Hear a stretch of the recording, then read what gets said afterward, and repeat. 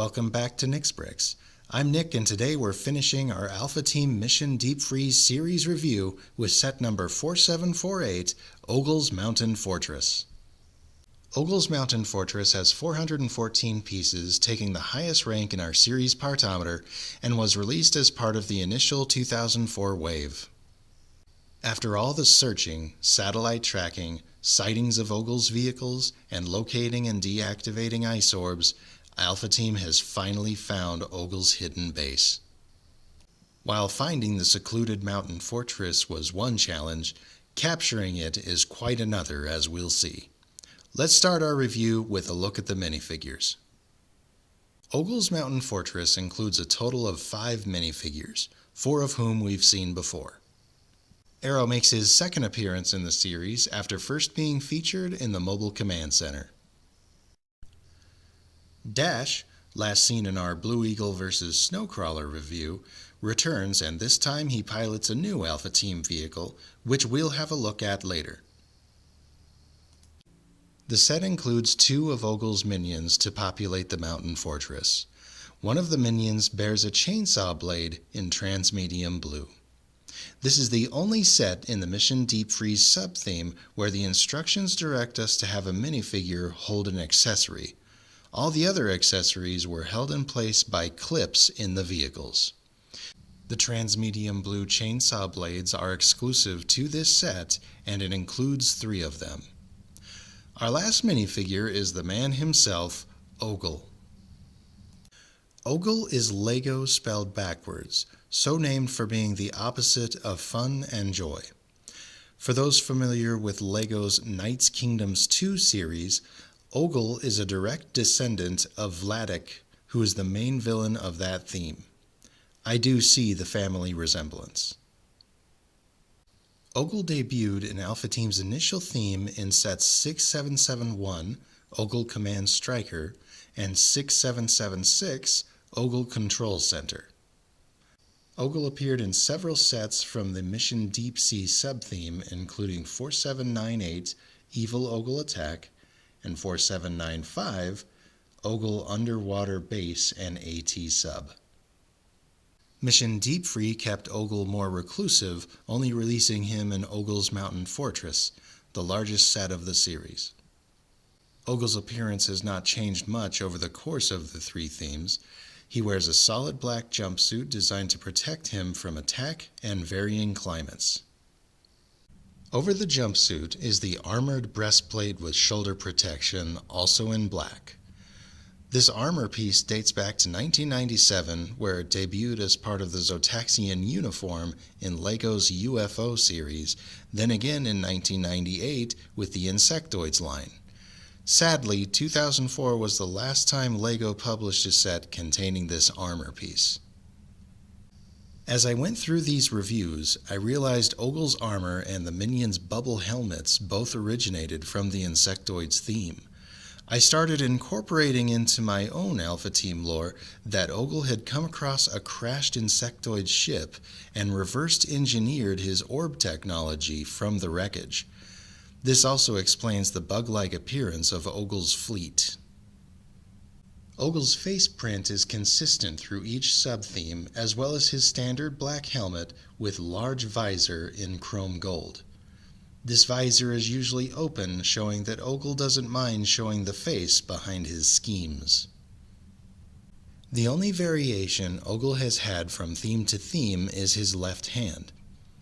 Initially, Ogel had 2 black-gloved hands. Then, in Mission Deep Sea, he had a trans-red hook. I assume he lost his hand in his escape from Alpha Team at the end of the first series, choosing to sacrifice his limb over being caught. In Mission Deep Freeze, Ogel has replaced his trans-red hook with a transmedium blue hook, the presumption being that the transmedium blue hook would function better in the sub-zero climate. These transmedium blue and trans-red hooks are exclusive to Ogel minifigures. Ogel pilots our first side build of the set, the Burrower. This mining vehicle uses 2 chainsaw blades mounted at the front to mine resources and carve deeper into the mountain. The 6 legs on the sides, made from these tail end pieces, provide ground-based mobility, while the rear propeller adds flight to the vehicle. The rear propeller reminds me of the fanboat-style command striker Ogel piloted in the original theme. While I don't particularly like this build, this is a nice callback to the previous Alpha Team series. The instructions show Ogel as the pilot, but I usually have a minion at the controls of the burrower. The second side build is the Alpha four-wheeler.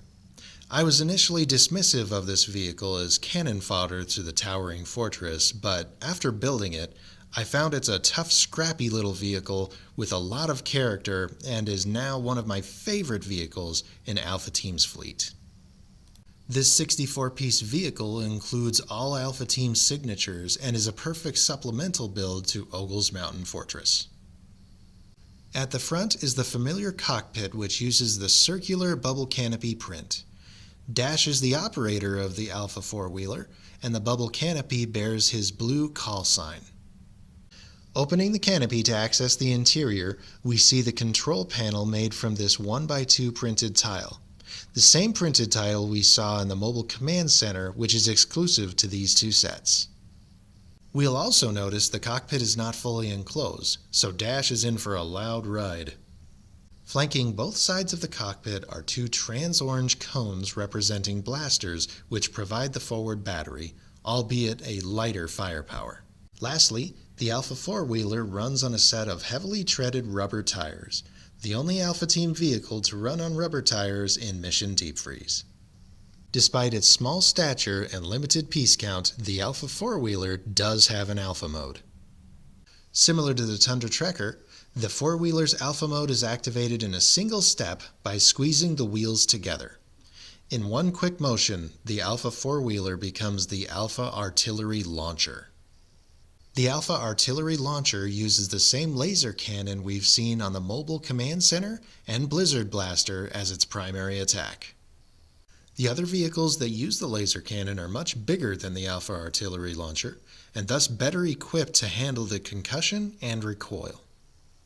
To compensate for the recoil, the Alpha Artillery Launcher puts the vehicle's weight on the chassis, lifting the four tires off the ground.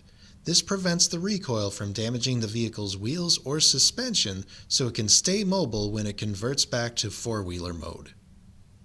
The major disadvantage of this mode is its immobility, and Dash will depend on the quick transformation to make a fast getaway after firing the laser cannon. I imagine Dash speeding into battle, turning sharply while activating Alpha mode, firing the laser cannon at its target, and returning to four-wheeler mode to speed away before taking enemy fire. While Dash is a talented driver and the Alpha four-wheeler packs a punch, let's look at what they're up against. Ogel's Mountain Fortress is built on this 32x48 raised baseplate. While the white color and glacier printing is exclusive, the mold itself was used in several sets from 1999 until it retired in 2006. The base plate is symmetrical on both its X and Y axis, forming a central valley, and features 4 pits, one in each corner. Finally, we have Ogel's Mountain Fortress. The skull facade is unmistakable and the first warning to stay away. The fortress is positioned at the end of a long gorge with steep walls on either side, creating a natural bottleneck. This gives Ogel the tactical advantage over any intruders. Starting at the front, we see the familiar marble rock panel pieces placed back to back on these 8x8 plates, also in transmedium blue. These two ice block builds are placed over the front pits of the raised base plate.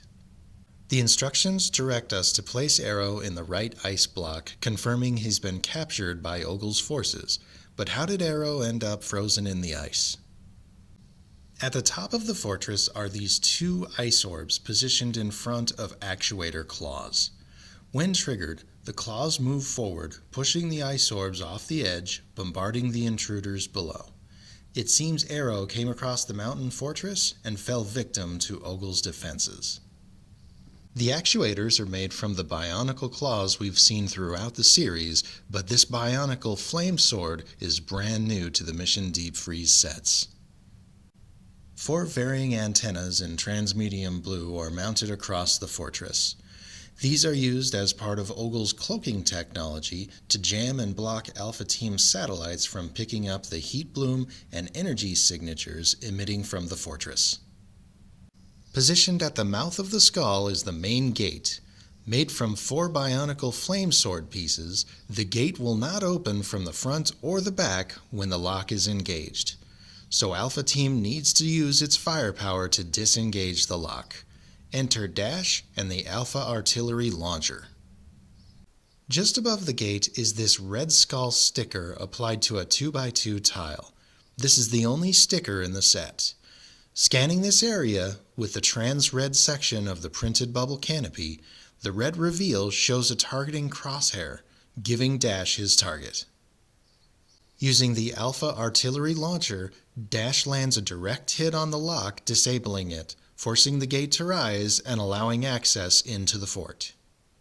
This is a fun play-action feature of Ogel's Mountain Fortress, although it is a small target and needs to be hit precisely in order to activate.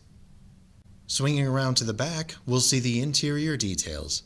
While Ogel's Mountain Fortress is indeed fortified, it is essentially a factory, busily producing the ice orbs needed to accomplish Ogel's objectives. At the very top, we see the back of the claw actuators used to drop the ice orbs on the would-be invaders outside. Centered at the top is this modular workstation complete with 2 printed pieces, the oval screen and control print we've seen on Ogel's vehicles, and a modern keyboard print on a 1x2 tile in white. This workstation would be used by Ogel or his super minion to find strategic areas of the tundra for ice orb placement. The next level down consists of 2 platforms connected by a narrow catwalk with railing. The catwalk is the area where Ogel's minions access the controls for the gate. The 2 platforms are positioned at the base of the skull's eye sockets, effectively turning them into observation windows. Minions use this area to spot incoming attackers, while Ogel uses it to stare menacingly at the horizon. The remaining interior features are the factory floor, which includes the most prominent feature of the interior, the crane. The crane is positioned on this scaffolding frame and mounted on a 4x4 turntable, allowing for rotation. The arm is made of 3 1x6 bricks with ratchet attachment on the ends. These segments provide the crane's extension and vertical positioning of its claw. Speaking of which, 2 bionicle claw pieces set opposite of each other create a 4-prong grip perfect for picking up the round, smooth surfaces of Ogel's ice orbs. The claw is held to the crane arm by a black hinged cylinder, allowing the claw to rotate. The second modular station, positioned just below the skull socket observation deck, is used to produce ice orb cores. Once the core is complete, it's placed into this gamma box where it's lightly radiated, causing the internal chemicals to emit their frozen emanations.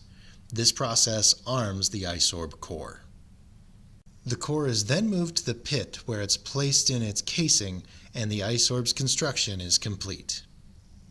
The completed ice orb is then moved by crane arm to the opposite platform where it's loaded into vehicles ready to distribute it to its designated location, as directed by Ogel or his lieutenant, the Super Minion.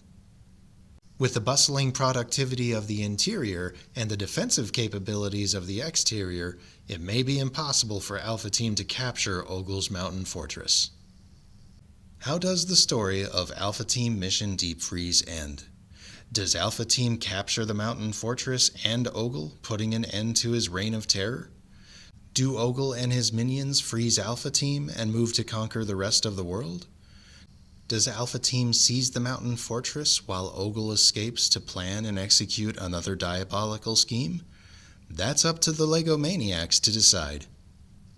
While Alpha Team wouldn't see another sub-theme, its influence lived on in other LEGO themes, including 2008's Agents and 2014's Ultra Agents.